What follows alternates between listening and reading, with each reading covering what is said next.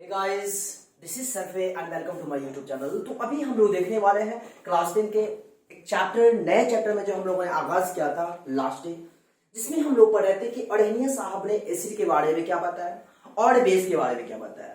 तो अड़ेनिया साहब कहते हैं कि कोई भी केमिकल सब्सटेंस, कोई भी केमिकल हो, कोई भी सब्सटेंस हो, अगर आप उसको वाटर में डिसॉल्व करते हो तो अगर वो H प्लस आयन रिलीज करता है तो आप समझ लो वो एसिड है। अगर कोई सब्सटेंस वाटर में डिसॉल्व करने के बाद अगर OH माइनस आयन रिलीज करता है तो समझ लेना क्या वो बेस है।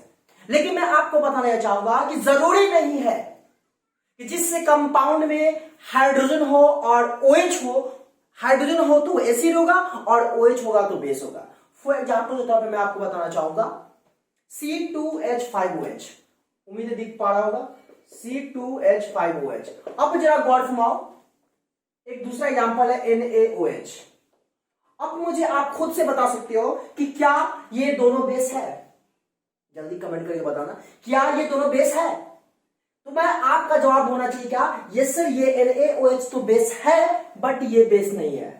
तो अब आपका क्वेश्चन ये रह चुका कि सर ऐसा क्यों नहीं है। आपने बताया था कि बेस जो होता है OH माइनस आयन रिलीज करता है, मतलब बेस में OH होता है। तो सर देख लो ना, यहां भी OH है और यहां भी OH है, तो क्यों नहीं ये दोनों बेस होना चाहिए। लेकिन यहां पे मसला यहां पे यह होता है कि अड़ेनिया साहब कहते हैं क्या कि कोई भी सब्सटेंस को हम बेस तब कहेंगे जब उसको वाटर में डिसॉल्व करने के बाद किसी एक्वस सॉल्यूशन में वो OH माइनस आयन रिलीज करना चाहिए। तो मेरे प्यारे दोस्तों, मैं आपको बताना चाहूंगा कि ये NaOH जब वाटर में डिसॉल्व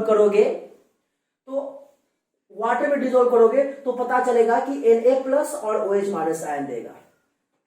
बट ये C2H5OH जो देख पा रहे हो, ये C2H5OH वाटर में डिसॉल्व तो पहली बात होता ही नहीं है। आप कहोगे क्यों, तो मैं आपको बताना चाहूंगा C2H5OH एक ऑर्गेनिक कंपाउंड है और जो ऑर्गेनिक कंपाउंड में होता है वो कभी भी वाटर में डिसॉल्व नहीं होता है। वहां पे वाटर सॉल्वेंट का काम नहीं करता है। जब वाटर में डिसॉल्व होगा नहीं तो क्या OH माइनस आयन रिलीज करेगा, बेशक नहीं करेगा। जब OH माइनस आयन रिलीज नहीं करेगा तो क्या मैं इसको बेस कहूंगा, कभी नहीं। ये सारी बातें कौन बताए, अड़ेनिया साहब ने। तो अब रही बात कि ये किसके साथ डिसॉल्व होगा, तो ये होगा ऑर्गेनिक सॉल्वेंट लाइक बेंजीन, उसके बाद आपका हो जाएगा कार्बन डाइसल्फाइड, ये सब में ये डिसॉल्व होगा, लेकिन वाटर में डिसॉल्व नहीं होगा। जब वाटर में डिसॉल्व होगा नहीं, डिसोसिएट होगा नहीं, तो OH माइनस आयन रिलीज करेगा नहीं। और जब OH माइनस आयन रिलीज नहीं करेगा तो सिंपल सी बात है, हम बेस देखेंगे। उम्मीद है बातें समझ में आई। ऐसा नहीं है कि जिसमें H हो तो एसिड, जिसमें OH हो तो वो बेस होगा। तो ये सारी बातें अगर आपको समझना है, जानना है, तो प्लीज आपसे दिली रिक्वेस्ट है, दिली दरख्वास्त है कि वीडियो को लाइक करिए और चैनल पर नए हैं तो सब्सक्राइब कर बेल आइकन को प्रेस करिए ताकि ऐसे ही वीडियो का नोटिफिकेशन आप तक मिलता रहे और आप नॉलेज को इनहेंस कर पाओ। आप जानते हो तो और नॉलेज इनहेंस होगा, नहीं जानते हो तो नया चीज जानोगे, है ना बात। चलिए अब हम नेक्स्ट टॉपिक स्टार्ट करते हैं। वो हमारा टॉपिक है स्ट्रॉन्ग एसिड।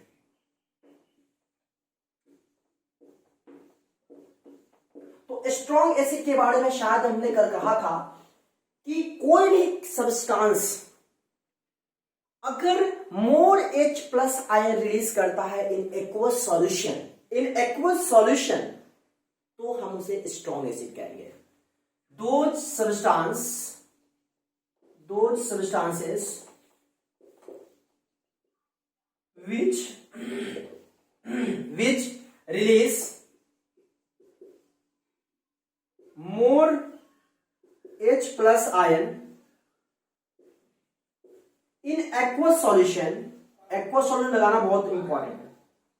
इन aqueous solution और कौन क्या, स्ट्रॉन्ग एसिड। बात समझ में आई। एग्जाम्पल तौर पर मैं आपको बताना चाहूंगा, गौर फरमा सकते हो HCl को जब आप वाटर में डिसॉल्व करोगे, मतलब इन एक्वस सॉल्यूशन में जब डालोगे, वाटर में डालोगे, तो पता यह चलेगा मेरे प्यारे अजीज दोस्तों कि यहां पे H प्लस और यहां Cl माइनस फॉर्म करेगा। बातें क्लियर हो रही है ना। तो इसको हम क्या कहेंगे, स्ट्रॉन्ग एसिड कहेंगे। एक और एग्जाम्पल लिख देते हैं, वैसे आप अच्छे बच्चे हो, समझ रहे हो और बातें, ठीक है।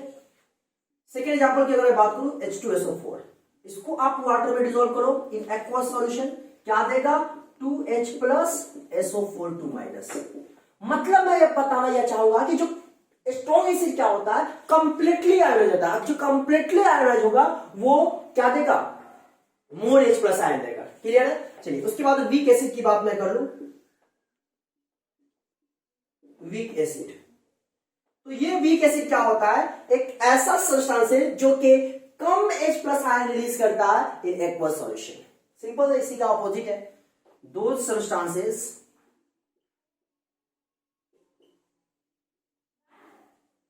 which release less H plus ion in aqueous solution। क्या होता है? कम H प्लस आयन रिलीज करता है इन एक्वस सॉल्यूशन, उसको हम क्या कहेंगे? वीक एसिड कहेंगे। एग्जांपल देख सकते हैं, CH3COOH वाटर में डिजोल्व तो करना ही है, क्योंकि अरण्य साहब कह दिए हैं तो कह दिए, मानना पड़ेगा। तो क्या देगा? CH3COO minus H plus. तो आप देख सकते हो यहां पे H प्लस आयन जो था कम मात्रा में ले लीजिएगा। मतलब यह कि अगर मान लो 100 ml अगर हम ये लेते हैं CH3COOH, तो वो उसमें आपका क्या हुआ? H प्लस आयन 5 ml मिलेगा, 10 ml मिलेगा। लेकिन इसमें क्या 100 ml अगर HC लेते हैं तो पता ये चलेगा कि 50 ml मिल जाएगा, 60 ml मिल जाएगा। तो स्ट्रॉन्ग एसिड, बातें समझ में आ रही है? चलिए, और वीक एसिड याद रखिएगा, ये पार्शियली आयनाइज होता है, लेकिन स्ट्रॉन्ग एसिड क्या होता है? कंप्लीटली आयनाइज होता है। एक और बात मैं आपको बताना चाहूंगा, ये स्ट्रॉन्ग एसिड को हम लोग मिनरल एसिड भी कहते हैं, याद रखिएगा, मिनरल एसिड। और ये मिनरल एसिड जो होता है लैब में तैयार किया जाता है। और वीक एसिड को हम लोग क्या कहते हैं? ये आपको कह सकते हो carbonic acid, carbonic organic acid भी कह सकते हैं इसको। वीक एसिड को ऑर्गेनिक एसिड कह सकते हैं, और ये हमें नेचर से मिलता है। CH3COOH हम लोग जनरली अपने डेली लाइफ में यूज करते हैं, नेचर से मिलता है। ठीक है, लेमन, जैसे लेमन हो गया, और आपको बता टोमेटो हो गया, टैमेरिंड हो गया, इमली जिसको कहते हैं, ये सब जो होता है हमको नेचर से मिलता है, और नेचर से जो मिलता है वो एसिड वीक होता है। एक और बात आपको इसमें बताना चाहूंगा मैं, जो टर्म आता है वो डाइल्यूट, फिर हम उसके बाद बेस में भी आप समझ सकते हो। बेस का लिख दे क्या? चलिए बेस का भी ले देते हैं यहां पे, strong base. Strong base, strong base क्या होता है कि दो सब्सटेंसेस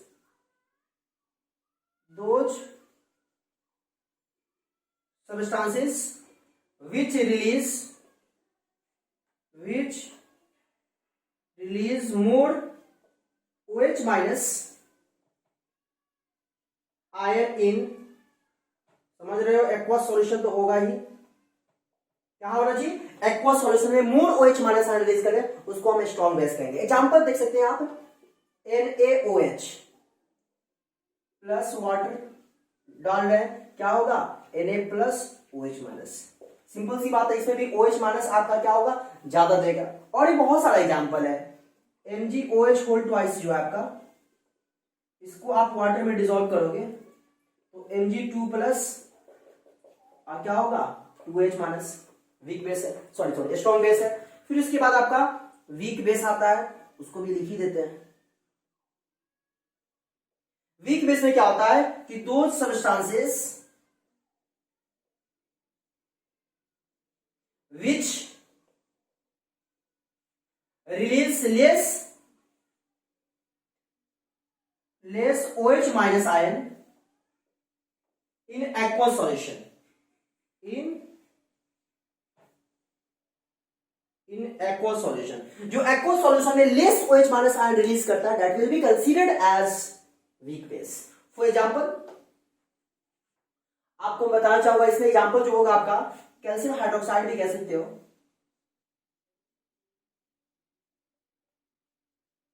तो आपका Ca2 प्लस और 2OH माइनस हो जाएगा, बिल्कुल मैग्नीशियम का। तो चलो, ये आपका वीक बेस हुआ। इसी में एक टर्म आता है, मैं आपको बताना चाहूंगा, वो डाइल्यूट और कंसंट्रेटेड। सिंपल सी बात याद रखिएगा, डाइल्यूट एसिड और कंसंट्रेटेड एसिड। तो मैं इसको इरेज करके थोड़ा सा यहां पर ले देता हूं, टेंशन नहीं, आप ध्यान दीजिएगा। इसको मैं थोड़ा इरेज कर रहा हूं और यहीं पे ले देता हूं, फिर उसके बाद नेक्स्ट टॉपिक में वो बढ़ेंगे। क्या होता है, गॉट मारिएगा, डाइल्यूट एसिड। तो डाइल्यूट एसिड में क्या होता है, एसिड ज्यादा होगा और वाटर कम होगा। एसिड क्या होगा, ज्यादा होगा और वाटर क्या होगा, कम होगा। किसमें, डाइल्यूट में।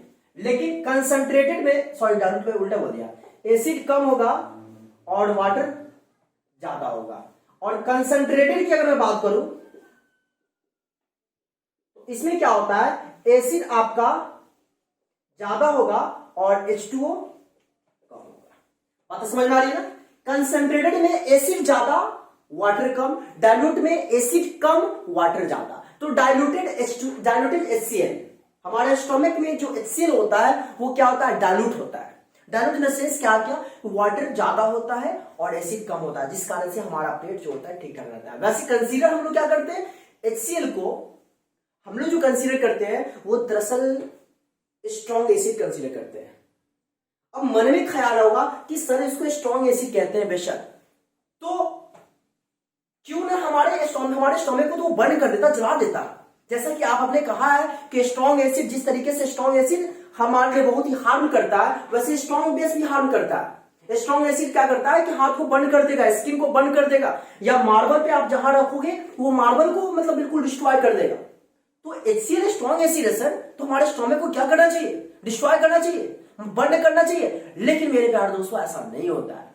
हाँ, लेकिन आप कभी नोटिस किए होइएगा, मैं अपनी बात आपसे बयान कर रहा हूं, बस 2 मिनट वक्त लेना चाहूंगा।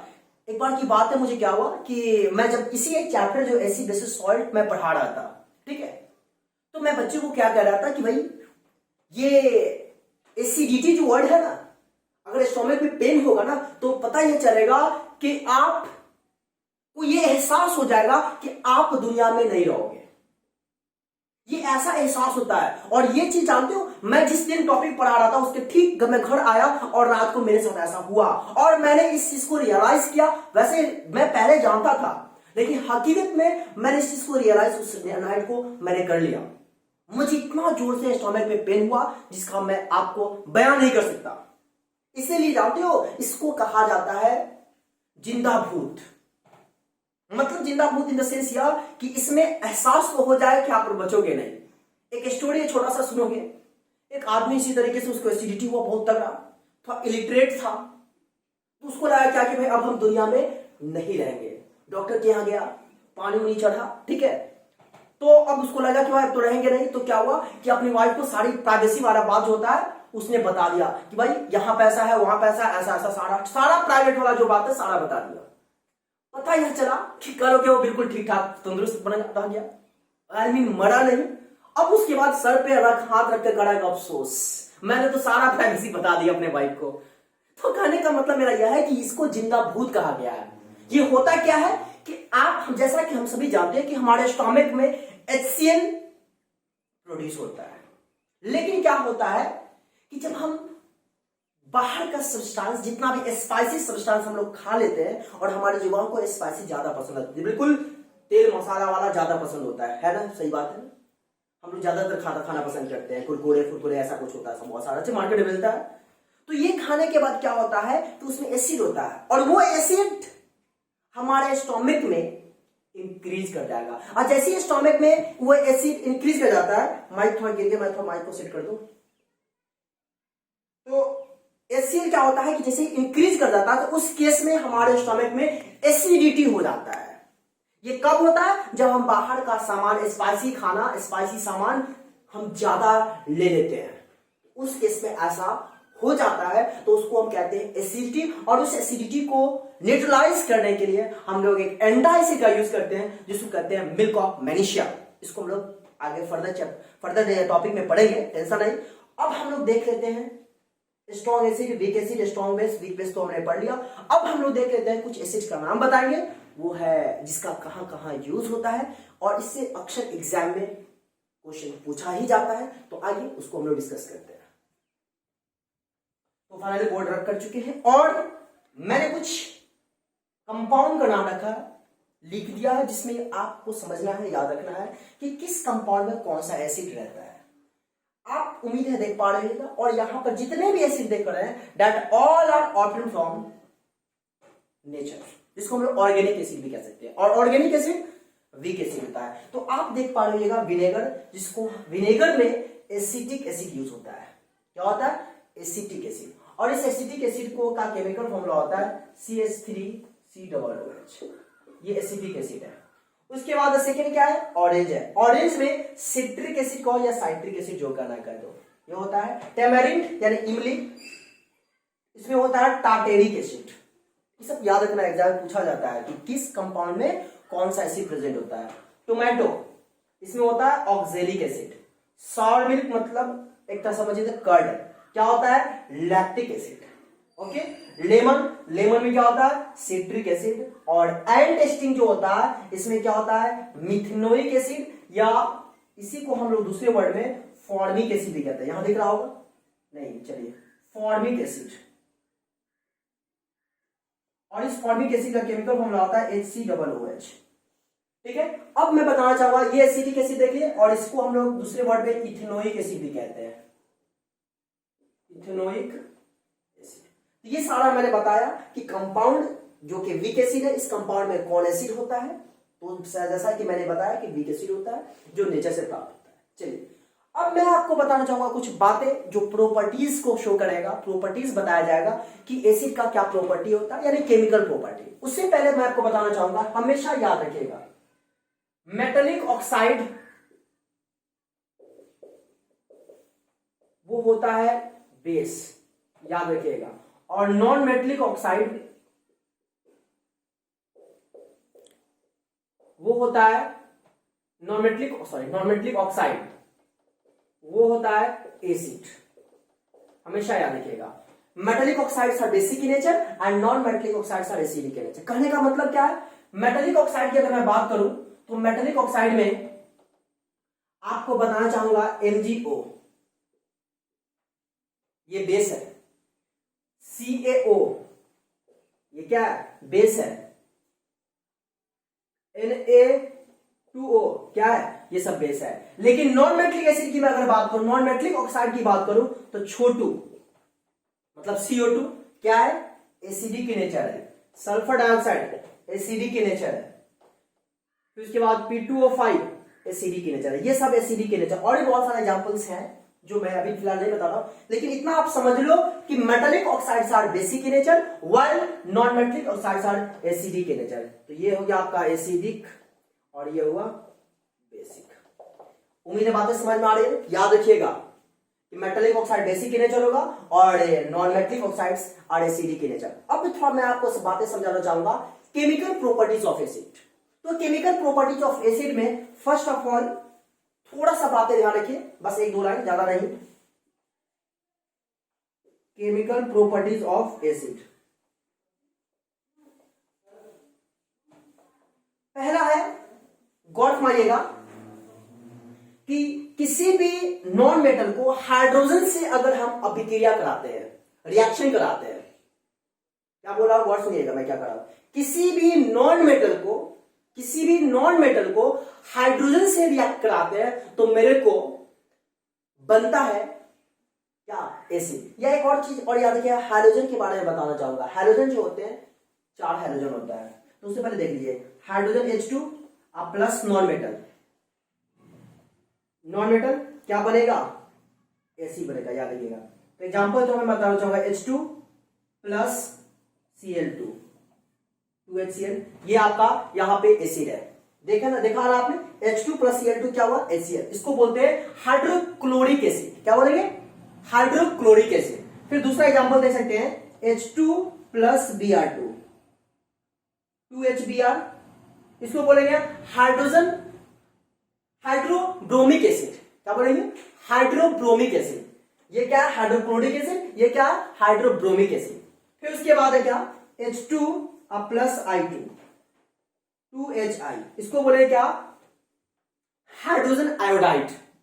हाइड्रोजन आयोडाइड भी बोल सकते हो, इसको हाइड्रोजन क्लोराइड बोल सकते हो, इसको हाइड्रोजन ब्रोमिक एसिड बोल सकते हो, इसको हाइड्रोजन आयोडिक एसिड भी बोल सकते हो। कॉमन की बात करो तो hydrogen chloride, hydrogen bromide, hydrogen iodide, ये सारा का सारा क्या है हमारा, यहाँ पे एसिड है।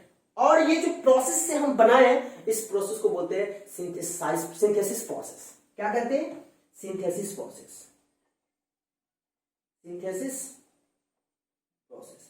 तो फिर अब मैं बताना चाहूंगा कि ये तो मैंने बताया कि एसिड कैसे बना, और भी सारा प्रॉपर्टीज है कि एसिड मेटल से रिएक्ट करेगा तो क्या बनेगा, एसिड मेटल कार्बोनेट से रिएक्ट करेगा तो क्या बनेगा, एसिड मेटल हाइड्रोजन कार्बोनेट से रिएक्ट करेगा तो क्या बनेगा। ये सारा का सारा केमिकल प्रॉपर्टी है। तो इसके बारे में हम लोग नेक्स्ट वीडियो में बिल्कुल फुल एक्सप्लेनेशन के साथ चर्चा करेंगे। तो आप भी इस चर्चा में शामिल होइएगा, आशा करता हूं, और सारी बातें को अच्छे से अपने नॉलेज को इनहेंस करेंगे, यही मैं आशा करता हूं। और आप भी इससे बिल्कुल आप समझ भी होइएगा। तो आज के लिए इतना ही। तो वंस अगेन मैं आपको बताना चाहूंगा कि वीडियो को लाइक करिए, दोस्तों को शेयर करना ना भूलिए, क्योंकि ये एक शेयर हमारे लिए बहुत ही मोटिवेशन का काम करेगा। तो ये सारी बातों को आपको जहन में रखना है। आज के लिए इतना ही।